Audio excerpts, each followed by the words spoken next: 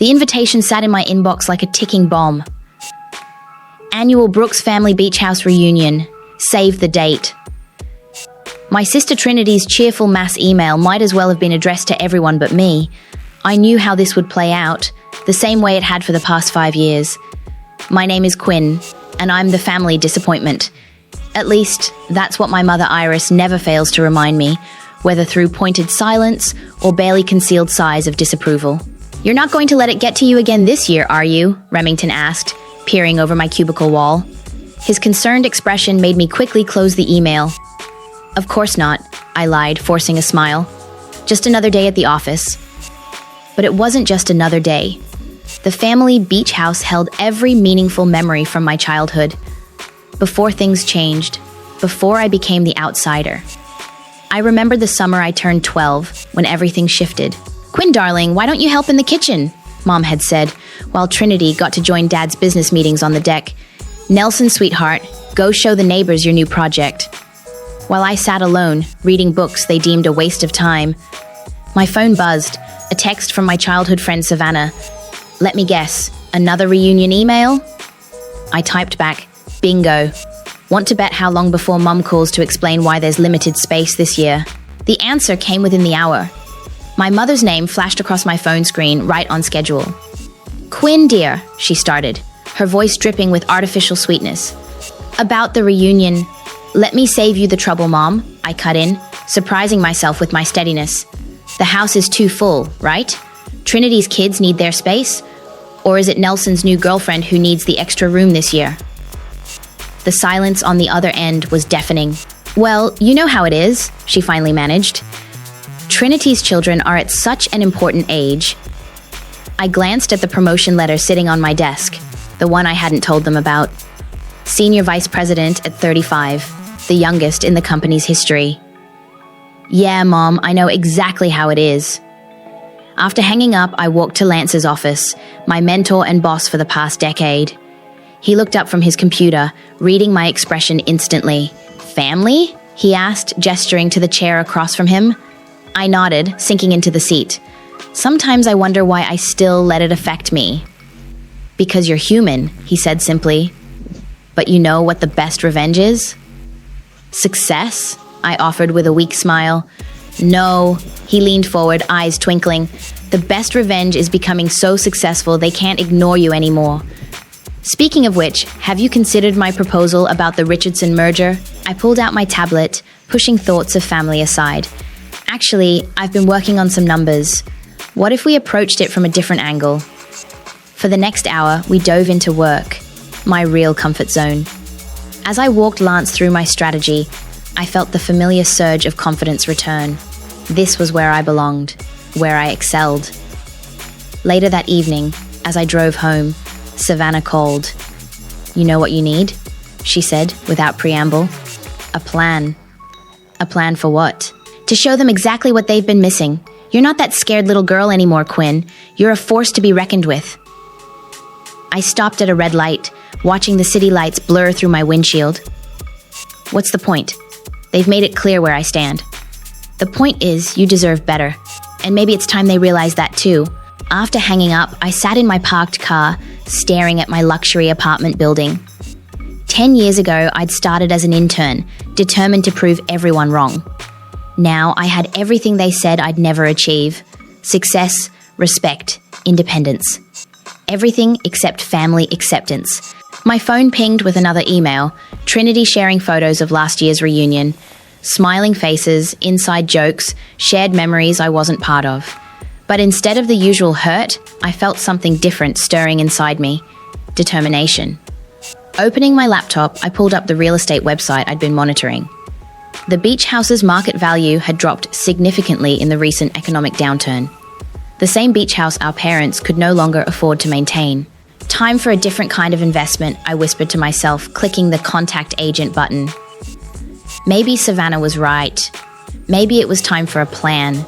Not for revenge, I told myself, but for justice. The kind that comes with compound interest. The Richardson merger isn't just about combining assets, I explained, standing before the board of directors. It's about redefining market presence. My laser pointer highlighted key projections on the screen behind me. Remington, sitting at the far end of the conference table, gave me a subtle thumbs up. After countless late nights preparing this presentation, we both knew how crucial this moment was. And you're certain about these numbers? Mr. Richardson himself leaned forward, his weathered face scrutinizing the data. I stake my reputation on them, I replied without hesitation. More importantly, I stake the future of both our companies on them. Lance cleared his throat from his seat beside Mr. Richardson. Quinn has never steered us wrong before. Her track record speaks for itself. The meeting concluded 2 hours later with handshakes and signed preliminary agreements. As the board members filed out, Lance pulled me aside. Outstanding work, he beamed.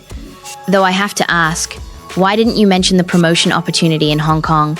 This merger's success practically guarantees you the position. My stomach tightened.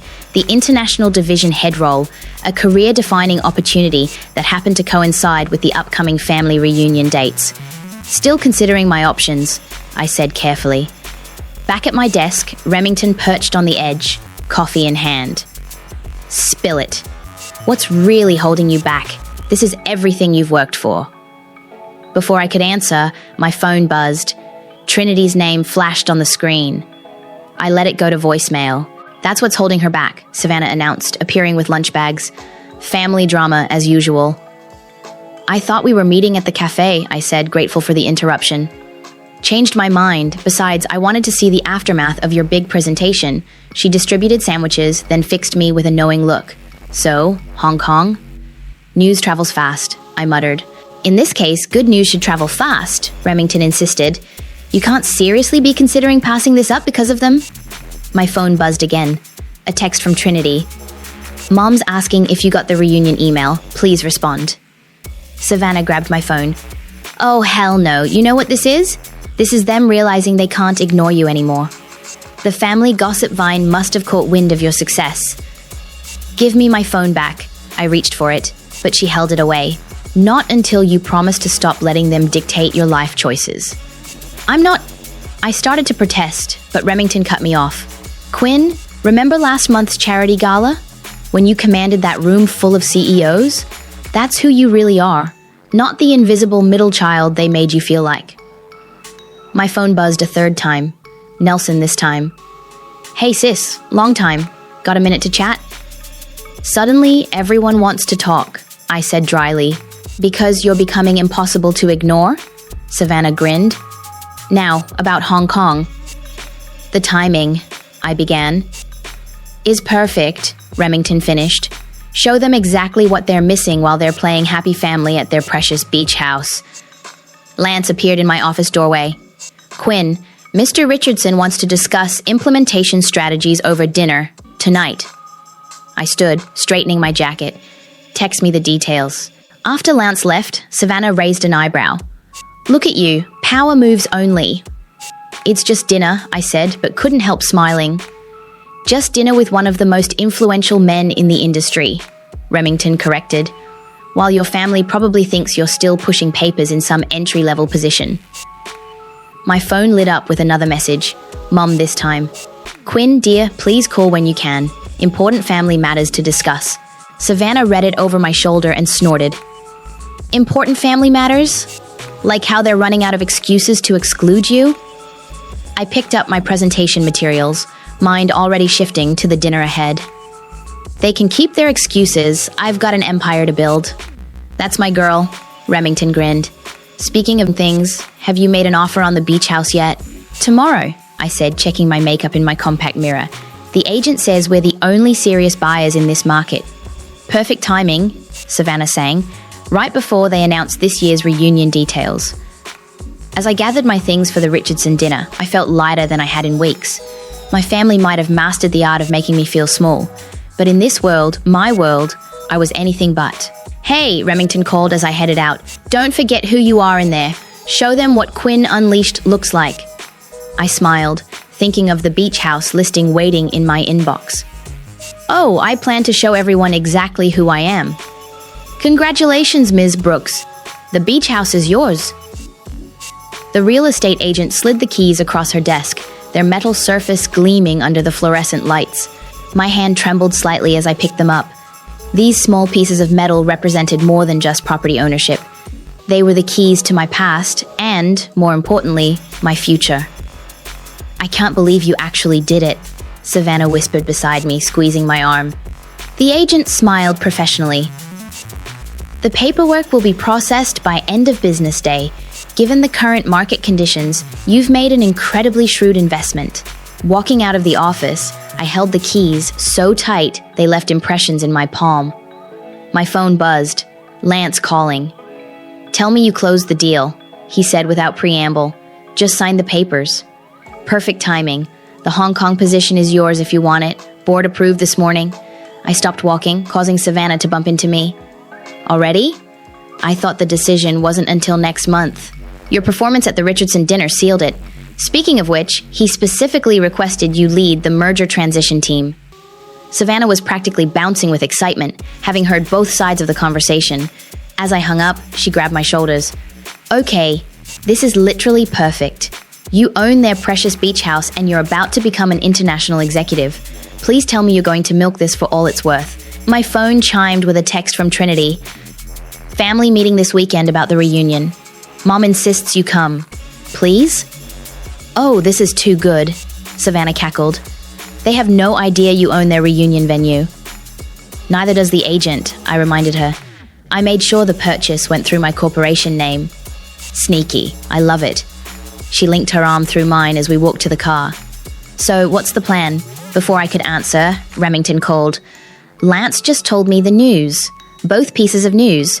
You're going to accept Hong Kong, right?" "I haven't decided," I said, putting him on speaker as we drove. "What's to decide? It's perfect. You can run the merger from Asia, build your international profile, and let your family stew in their regrets." "Speaking of stewing," Savannah chimed in, "Quinn just got summoned to a family meeting about the reunion." "No way," Remington laughed. "Are you going?" I turned onto the coastal road, heading toward the beach house, my beach house. "Actually, yes, I think it's time for a visit." The familiar drive felt different now. Every curve in the road, every glimpse of ocean between the trees belonged to me in a way it never had before. I parked in front of the sprawling Victorian home, its weathered blue paint and white trim exactly as I remembered. Savannah whistled low. "I forgot how gorgeous this place is. No wonder they're desperate to keep the reunions going." Walking up the steps, I unlocked the door with my new keys. The house smelled of sea salt and memories, summer nights, family dinners, whispered conversations. But now, underneath it all, was the sweet scent of victory.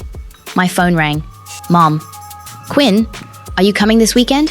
Trinity said she texted you." "Actually, Mom, I'm at the beach house right now." Silence. Then, "What? How? The realtor said it was sold." "Did she? Interesting." I walked through the living room, trailing my fingers along the familiar walls. "Don't worry about it. I'll see you this weekend." I hung up before she could respond. Savannah was recording everything on her phone, barely containing her glee. "That was beautiful. Absolutely beautiful. Did you hear her voice crack?" "Send me that video," Remington said through the speaker. "I need it for posterity." I opened the French doors to the deck, breathing in the ocean air. You know what's funny? They always said I didn't understand the value of family tradition, but I'm the one who saved it. By buying it out from under them, Savannah added with a smirk. "Sometimes the best revenge isn't about destroying something," I said, watching the waves crash below. "It's about preserving it on your own terms." My phone buzzed again. Trinity, Nelson, and Mom in rapid succession. I ignored them all. "So," Remington's voice crackled through the speaker, "what's the next move, boss?" I smiled, picturing the upcoming family meeting. "Now, we prepare for a reunion they'll never forget." "Want company this weekend?" Savannah offered. "I make an excellent witness." "No," I said, pulling out my laptop. "This is something I need to do alone. But first, I have a Hong Kong acceptance letter to write." Standing on my deck, watching my ocean, I felt the last pieces of my plan falling into place. The scared little girl who used to hide in this house's corners was gone. In her place stood someone they'd never expected, someone they'd have to acknowledge at last. The sound of car doors slamming jolted me from my laptop. I'd been working on merger documents all morning, enjoying the ocean view from my new home office, when the familiar voices drifted up from the driveway. "Mom, I'm telling you, Quinn was acting weird on the phone," Trinity's voice carried through the open windows. "She's always weird," Nelson replied. "Remember last Christmas?" I closed my laptop slowly, heart pounding. They were early. The family meeting wasn't supposed to be until tomorrow. Through the window, I watched them unloading their cars like they owned the place, which of course they no longer did. My phone buzzed. Remington. "Game time?" "They're here early," I texted back. "Wish me luck." "Show no mercy," came his instant reply. I heard the rattle of keys at the front door, followed by confused voices. "Mom, your key isn't working," Trinity called out. "That's impossible. I just had it checked last month." I walked downstairs, each step measured and deliberate in my Louboutins. The sound of my heels on the hardwood made the voices outside fall silent. Opening the door, I smiled at their shocked faces. "Looking for something?" "Quinn?" Mom's hand flew to her chest. "What are you doing here? How did you get in?" "I live here," I said simply, stepping aside. "Please come in. My house is your house. Literally." The silence that followed was delicious. Trinity's mouth opened and closed like a fish. Nelson dropped his duffel bag. "What do you mean you live here?" Mom finally managed. I walked to the kitchen knowing they'd follow. "Coffee? I just made a fresh pot. Colombian roast. I know how much you love it, Mom." "Quinn." Trinity's voice had that elder sister edge I knew so well. "What's going on?" I poured myself a cup, enjoying their confusion. "I thought the family meeting was tomorrow. Did I miss a memo?" "Oh, wait." I smiled over my cup. "I guess I'm not usually included in those." "Stop playing games," Nelson snapped. "How are you even in here? This is our family house." "Actually," I pulled out my phone, bringing up the property documents. "It's my house now. Has been for 2 weeks. Would you like to see the deed?" Mom sank into a kitchen chair. That's impossible. We would have known." "Would you? When was the last time any of you asked what I was doing with my life?" I leaned against the counter, savoring their expressions. "Coffee? No? Your loss. It's imported." Trinity grabbed my phone, scrolling through the documents. "This can't be real. How could you possibly afford?" "The same way I afford my penthouse apartment, my vacation home in Aspen, and my car collection," I said casually. "I work." "Remember work? That thing you all said I'd never figure out?" "Yo, what?" Nelson choked. A car door slammed outside again. Dad's voice boomed through the open door. "Why is everyone standing around? Help me with these groceries." "In here, Dad," I called out. "Let me help you with those." He appeared in the doorway, bags in hand, and froze. "Quinn? What's going on?" Family meeting came early. I took the bags from him,